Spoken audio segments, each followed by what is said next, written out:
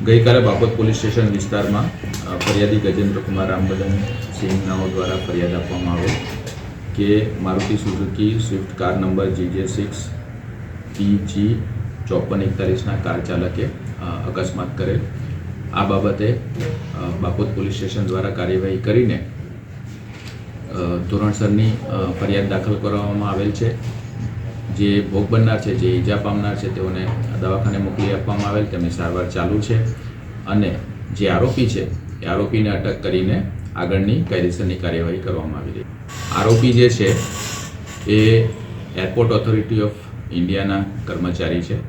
નશાકારક પીણું મળેલ છે, એને પણ કબજે કરીને FSLમાં મોકલવાની કાર્યવાહી કરવામાં। અકસ્માતનો ગુનો નશો કરીને વાહન ચલાવવું તેમજ નશાકારક પદાર્થ પોઝિશનમાં રાખવું એ તમામ કલમો હેઠળ જુદા જુદા કલમો હેઠળ ગુનો દાખલ કરીને કાર્યવાહી કરવામાં આવી।